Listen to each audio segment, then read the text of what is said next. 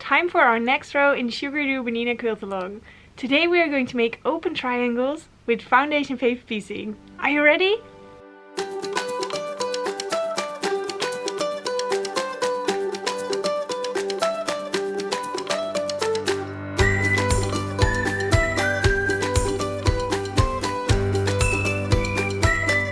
Hi there, my name is Irene. Welcome to a new video in the Sugaridoo Bernina QAL series. Today we are going to make part 4, row 9 of our quilt.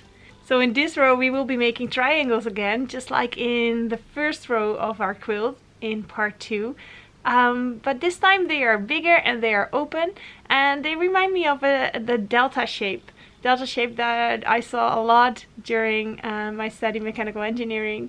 Delta stands for change. It feels to me that this quilt along also creates change. Small steps, small changes for some, and big steps for others. Huge progress for quilters who have never made a quilt before, and small things, small learning cues for people who have made many quilts. No matter what skill level you're at, there's always room to grow. And not only on a technical level in quilting and learning new skills, but also in the experience that we have in quilting, on how much time we allow ourselves to work on something, or how much we enjoy the small steps, or what we do when we feel challenged or when something goes wrong. So also in that aspect, there's a lot to learn always. So this row is for change, for growth, for taking steps, no matter how small they are. If you're new here on my channel, welcome. You can click a subscribe button to follow all the video tutorials that I make here and not miss a single thing. And if you want to hop on and quilt along with the Sugaridoo Bernina QAL, you can still do so. We will have a giveaway that is halfway. After the first 6 rows, we will have a giveaway where I'm assembling some fat quarter bundles from the fabrics you see here and send those out to 3 lucky people. And at the end of the quilt along, so when all the rows are assembled and the quilt top is done, Bernina is going to give away 3 sewing machines and 3 sets of quilting rulers. We have an awesome group of quilters on our Facebook group. So you can ask all your questions there, show pictures of your progress, and maybe find new quilting friends. So if you want to join the quilt along, hop over to sugaridoo.com/QAL and you can sign up there. It's all for free. All the patterns are for free on the Bernina blog, and you will find all the information that you need for materials, for quilt kits, which are still available in my shop. They will be available for this whole year, so if you just want a fabric kit, you can still order it. And that's it for general information, I guess. Let's see what we will be making today, and that is this row. Da-da-da-da-dum. A lot of open triangles, and it's made with foundation paper piecing on teabag paper. Yeah, I'm excited for this one. I really like how it turned out, and now it's time to get started. So let's hop over to the materials that you will need today. So here we have the materials that we need today. I have printed out my pattern, different pattern pieces, and to assemble my pattern I use some tape and paper scissors. Then I have my fabric, background fabric, accent fabric, and I am using the darkest green fabric for this row. So this fabric is called Fern. It's darkest green that we have in our rainbow kit, and when you're making the blue quilt, then you should use the darkest blue, so emerald.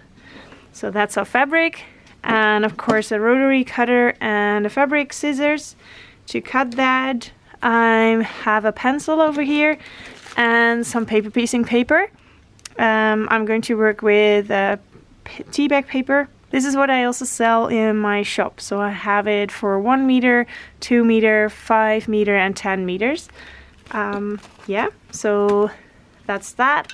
And then rulers. I'm using an add a quarter ruler, probably going for the larger one for this row, but if you only have the small one, that is totally fine. And then I'm using 2-inch rulers, but like with every row, you can use either the longer or the shorter one, just what you prefer. Besides that, sewing machine on that side and an iron on that side. And that's everything we need. So the very first thing we do for this row is assembling our pattern pieces and then transferring it to some teabag paper. So first of all, let's prepare our pattern pieces. Piece A is already finished because it's just one triangle. Then we have here section B and the other part of section B. So for one of the parts you're going to cut over the dotted line and then paste it together on the dotted line on the other part of the section. There we go. I'm just going to make sure that it's correct over here, over there. So on all the intersections I'm going to make sure that it's nicely aligned. There we go.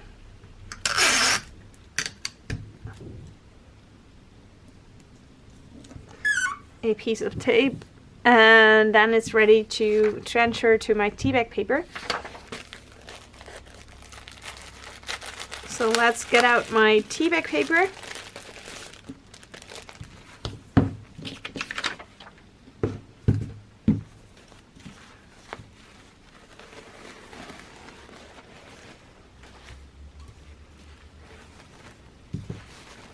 And see what sizes I need.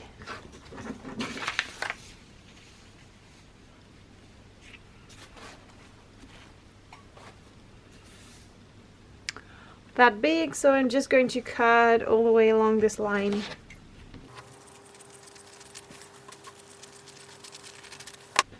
To get rid of the fold lines in the teabag paper, you can just give it a press as you would with fabric.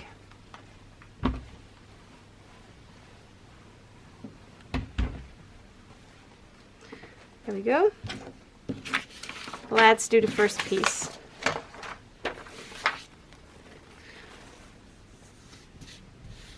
Teabag paper is so nicely see-through that it's super easy to transfer.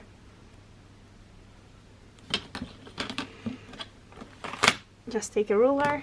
So and then just transfer all the lines, but also all the numbers and the letter of the section to your teabag paper.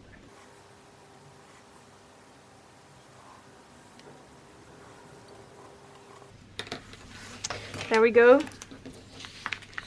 So now I've transferred it to my teabag paper, and I didn't transfer the line on the outer edge. So I didn't transfer the seam allowance because I'm just going to use my inch ruler to cut around my pattern piece when it's done.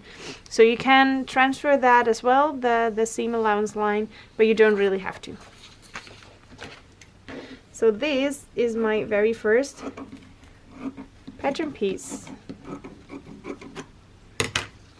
I only need one pattern piece for section A, and I need to transfer section B 5 times.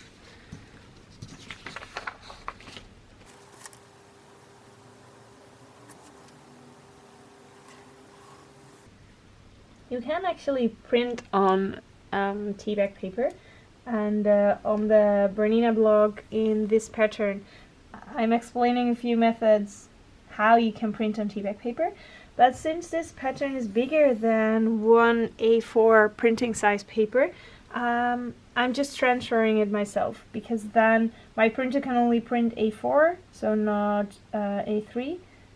So then I would have to assemble the teabag paper pieces.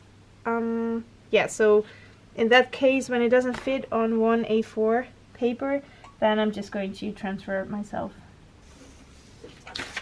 Checking if I've transferred all the lines.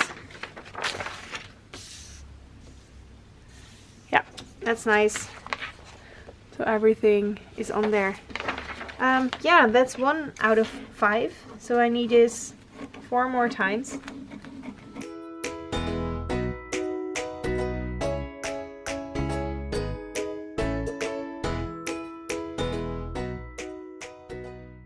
For all my foundation paper piecing projects that I do, I either use a teabag paper method or freezer paper.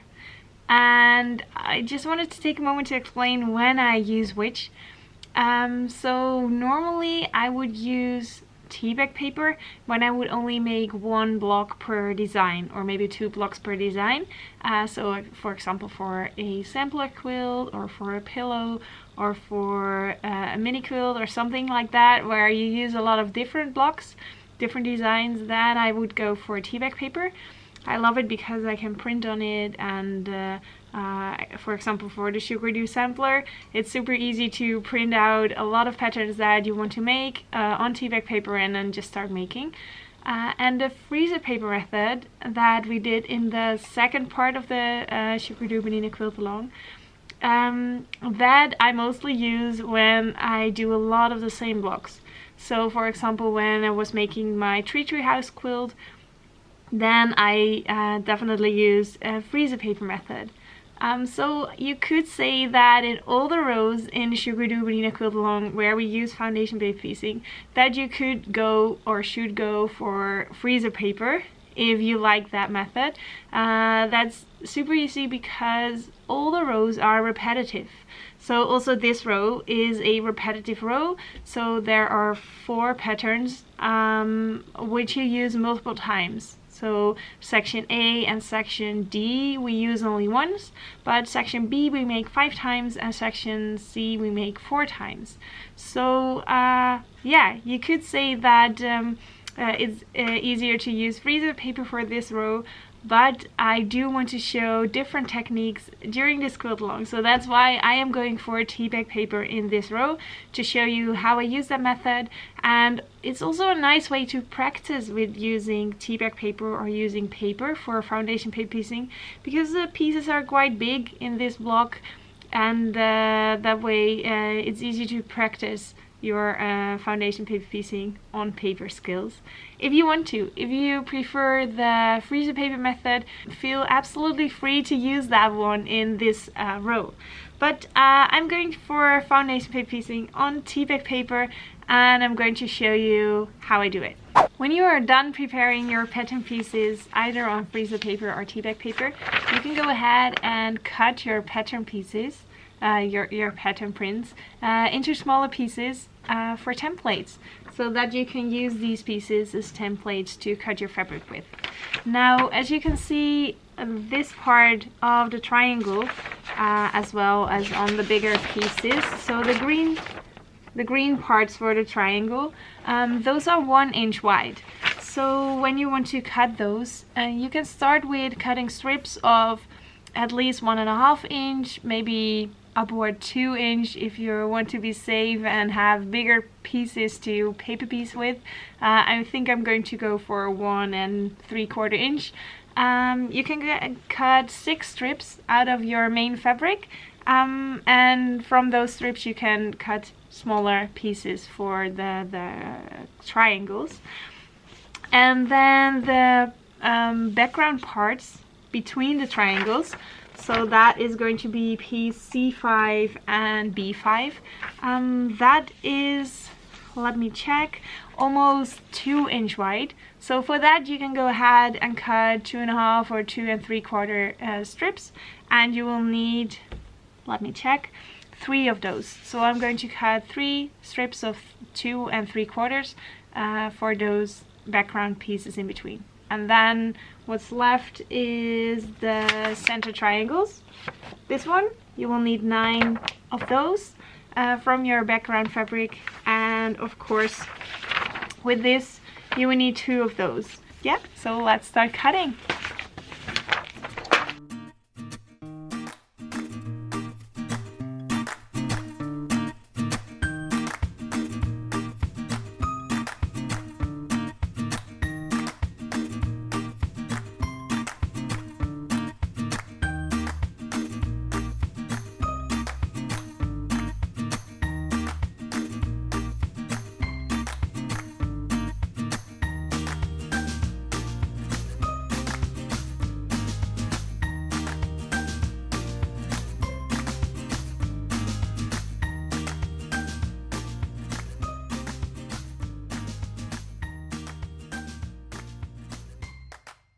Now all the pattern pieces are prepared and all the fabric is cut. It's time to start.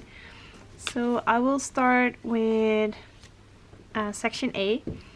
So I'm going to get my fabric piece A1 and I'm going to place it at the back side of my pattern. So here I have my pattern piece and I've written the numbers on this side and I drew on this side. So this is the back side of my pattern piece. And I'm just going to place my fabric piece over the lines of piece A1. So let me show you. So here we have my fabric piece and then I have my pattern piece over it. And because the teabag paper is so nicely see-through, you can clearly see that the piece is behind the lines of A1. Now normally I don't really pin when doing foundation paper piecing, but with these pieces I could see why you would want to. They are pretty big, so they tend to move easily when you transfer your pattern with your fabrics to your sewing machine. So if you do want to pin, just put a little pin in your pattern piece through your fabric so they will stay at the same spot. Now for section A, I need my main fabric, not my accent fabric. So here we have the piece A2 for my main fabric. That is going to go over here, but then at the back side. So my fabric is going to end up over here. So normally you would just place your fabrics right sides facing each other, sew it, fold it open, and then it would be there. So these first two pieces may feel a little bit strange to put together, but I'm placing my fabric here. And when I then would look from the other side, I have my piece A2 runs here, the lines of piece A2, and my fabric is laying here. And now is the question, how do you know where to position it? Well, what I do is I fold my pattern over my line between piece A1 and A2. So I just fold it back. And just like we had with the freezer paper, you now have a folded back. So, piece A2 is folded back, is over here. So then you should make sure that the fabric is behind this folded back piece. So here runs the line for section A2 or piece A2 in section A. And then you just need to make sure that your fabric is underneath that folded back piece. So I'm just going to sew this and then I can show you that it turns out just fine.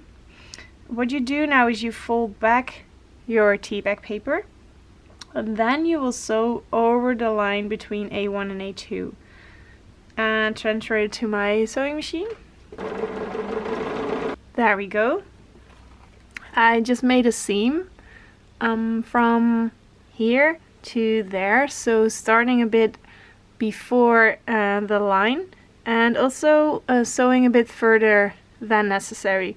So I'm not attaching my thread, I'm just starting a bit earlier and sewing a bit further than necessary. And there we sewed between A1 and A2 and also on the back. That's my stitch line. So now you can fold open your fabric and then it should be in place. So let's see. Yes, that looks good.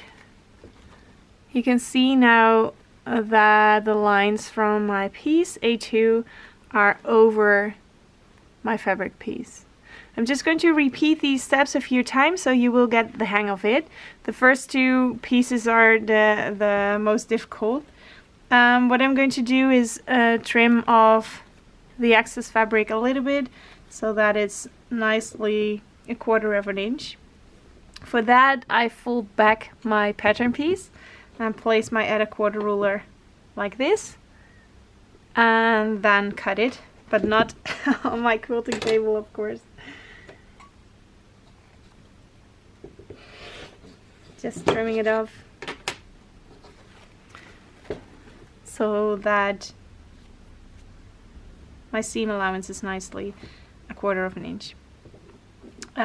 Yeah, so folding it open, a small finger press, and then giving it a press.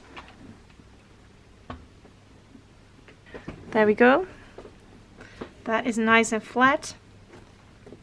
So let me show you again. Here we have the line of A1, and here we have the line of A2.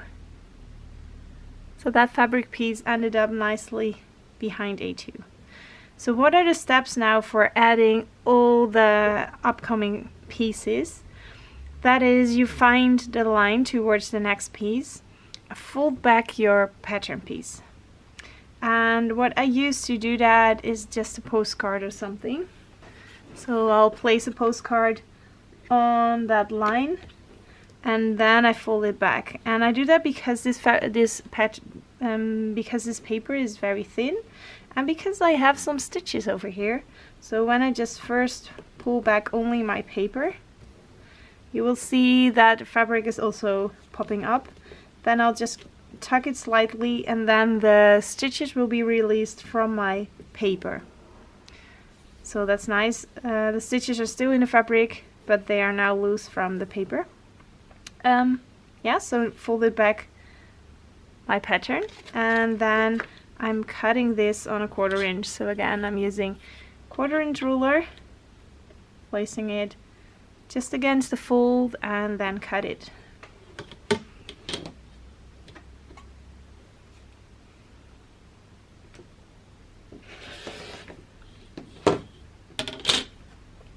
So there's a tiny bit of excess fabric over here, and that is nicely trimmed off to 1/4 inch. And now it's way easier to place your third piece. So my third piece is over here, and it's easier to place it now because I only have to line it up with this side. I trimmed this to 1/4 inch, and we use the template pieces to cut our fabric. So here we have the template piece, and we use this to cut the fabric. So I know that my fabric that I cut is bigger than 1/4 inch all around. So when I'm lining this up over here, and I'm taking a note to the corners of the piece, and I'm just lining up this 1/4 inch seam at the top of the piece, that is always going to fit when I take note to those corners, because I cut my fabric big enough. So most important thing is lining it up over here with this pointy part on A3 and D3. You do want to pay attention if the corner fits all the way over your fabric. But yeah, the paper is nicely see-through, so my pattern runs from there to there to there and back to there. So that fits perfectly over my fabric. Then I can just fold back, place a pin if you want to, and sew over the line between what you already had, so A1 and 2 and A3.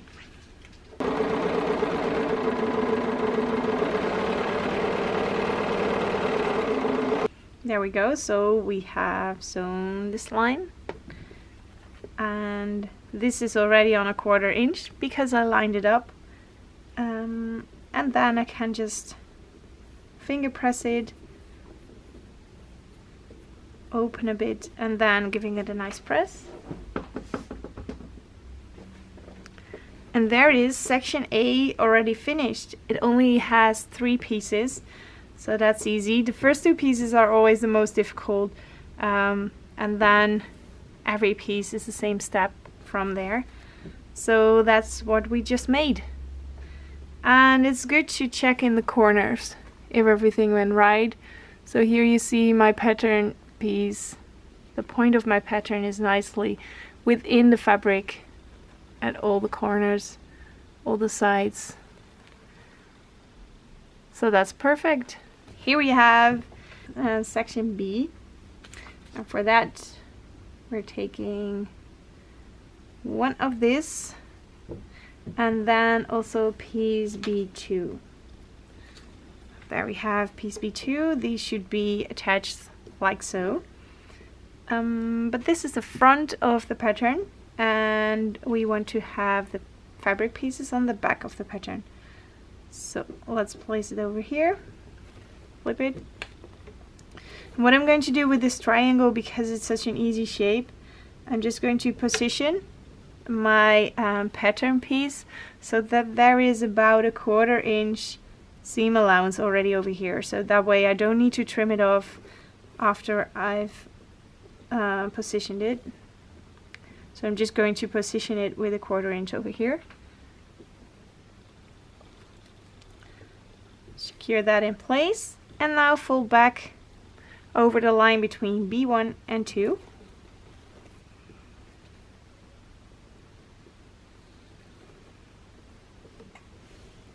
There we have it. So B2 is shaped like this.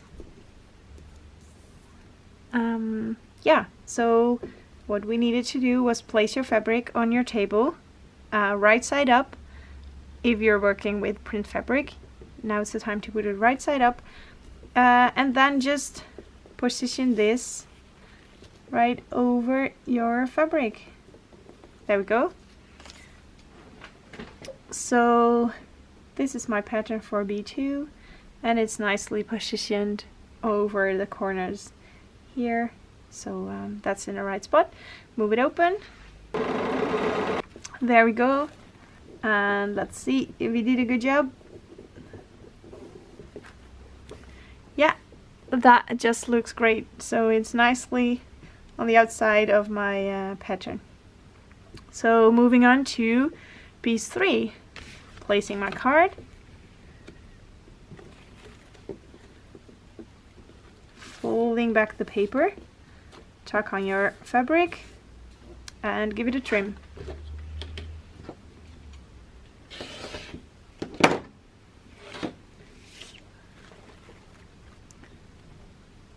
Great, just leave it folded back. Search for B3. There we have a B3 piece. So my B3 is moving from there to there, all the way to here, and then that way. So that is piece B3, so it needs to position like this, right side up. Place your pattern piece over it. There we go. And fold open the paper and just sew over the line between B2 and B3. That's that.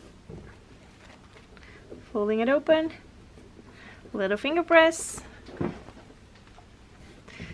There we have 2 parts of our delta, and so now we need to do B4. So there we go. Place a card or something, fold back the pattern, and tuck on your fabric. Give it a trim.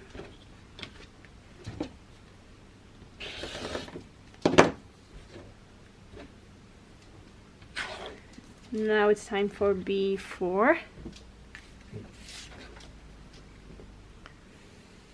And let's see, B4 is over here.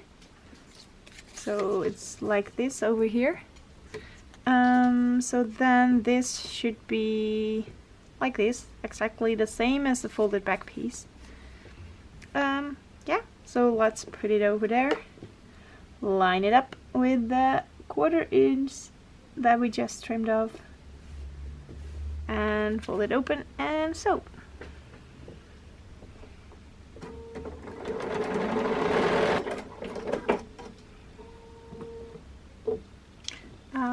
Yeah, now folding it open, giving it a press.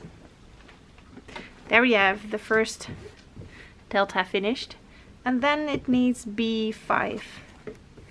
So I'm folding it back over this line, and we need to place it just like the folded back pattern. So it should be positioned like this, and then place your pattern over it. So my very first part of B is finished. I am going to make some more and also finish my C's.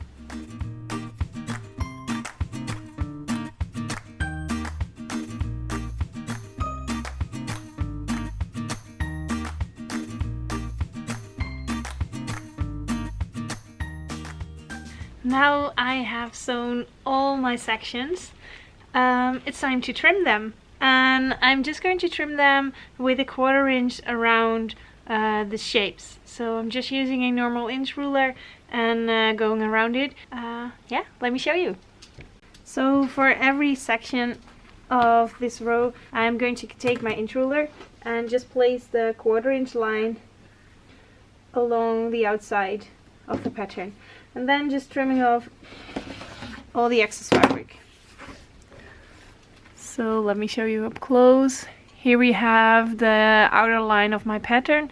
So then I'm going to cut on 1/4 inch besides that. And then taking it all the way around and repeating this for all the sections.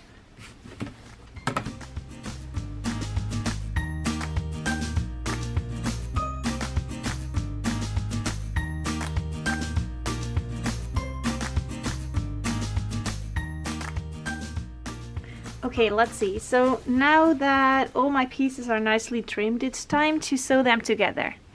And this is section A, which is going to be on the left side, and this is section D, which is going to be totally on the right. So I'm going to set that aside for now. So this is section A, and we need to have a section B next to this. This is a section C. It's going to go there. And this is section B. That's going to go here. So you can see that B and C will be alternating. So we start with B and then C. So let's first put these two together. The way I like to do this is just start on the left and move all the way to the right. So start with a piece section A and a section B. This should be joined. So these two should go together like this, somewhere on this line. So now we have to see where exactly we need to place this to sew them together. So what I do for that, let me zoom in and give you a closer look. What I'll do for that is use some pins. As you might have noticed, I hardly ever use pins while sewing, but for assembling these sections, that's perfect. So over here in the corner of this section, I'm going to place a pin, and that should also go in the corner over here. But you can't see it because the pattern piece is behind it. So what I do is I hold it up towards the light, or I'll just check on the back side and stick my pin in a few times until I get it in the corner.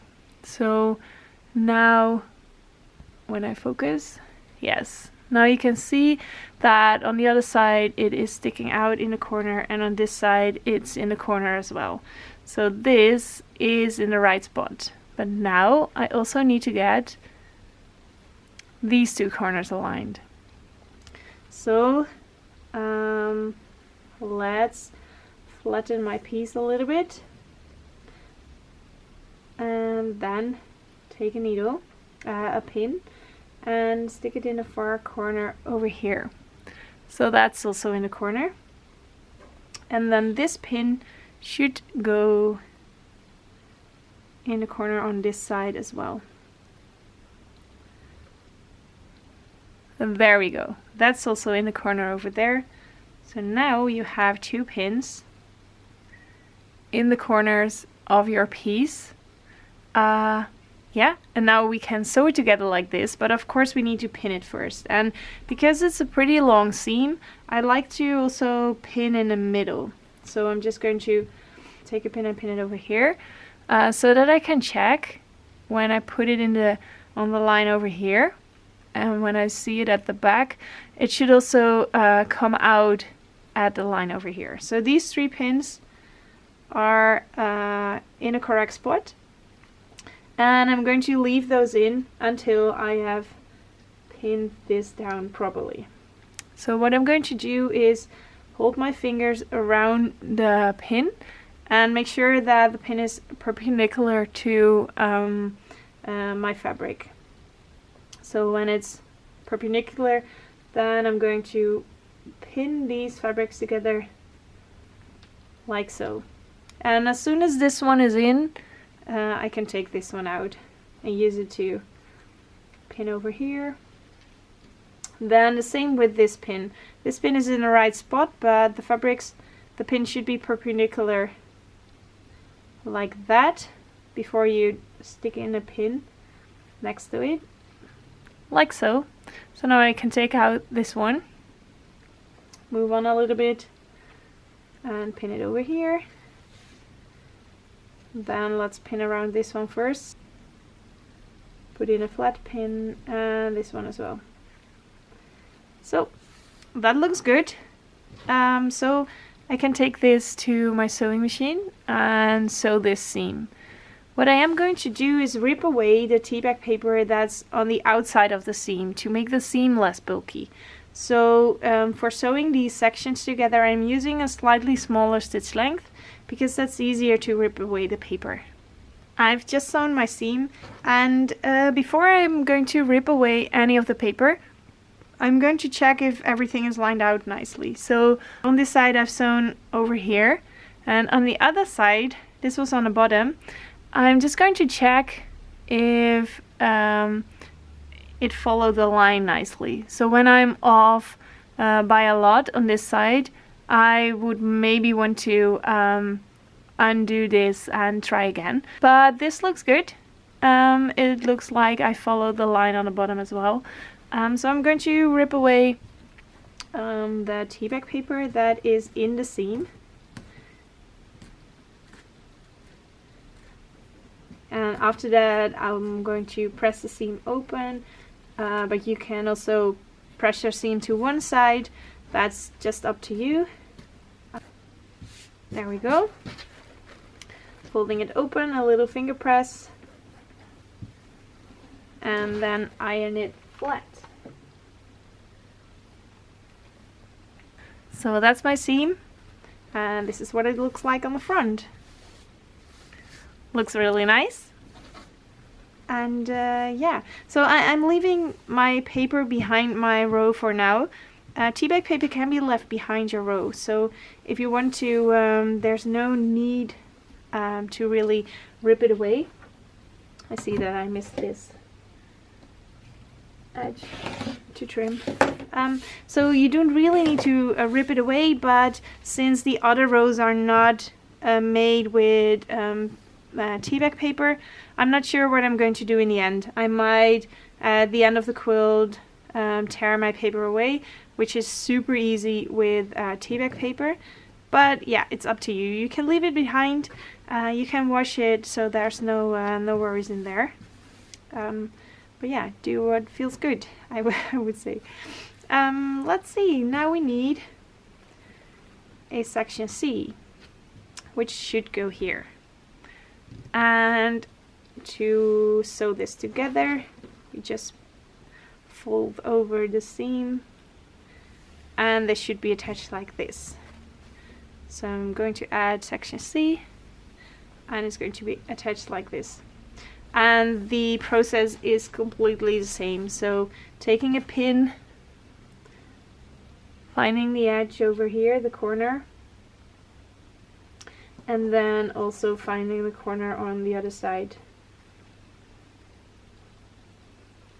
Yep, that's in the corner. All good. And now flatten it out a little bit.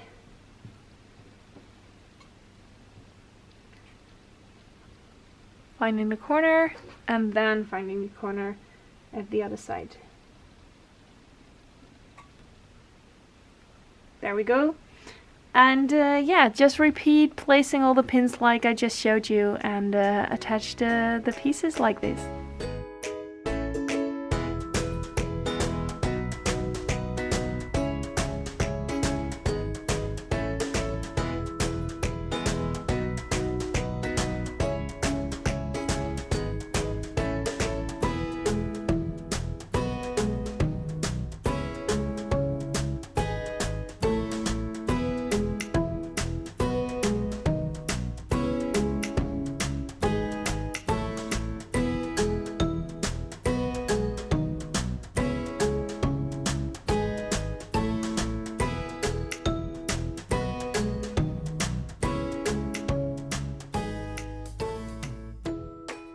Ta-da! There it is, the whole row is completed. I am so super happy with how it turned out. I like the really nice and crisp corners everywhere.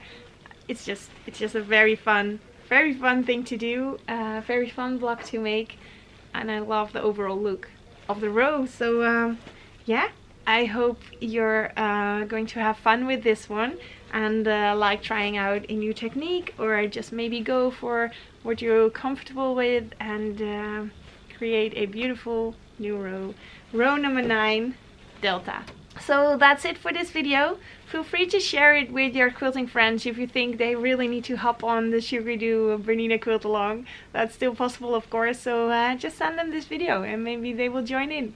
So then I'll say goodbye and I'll see you again next time. Bye bye!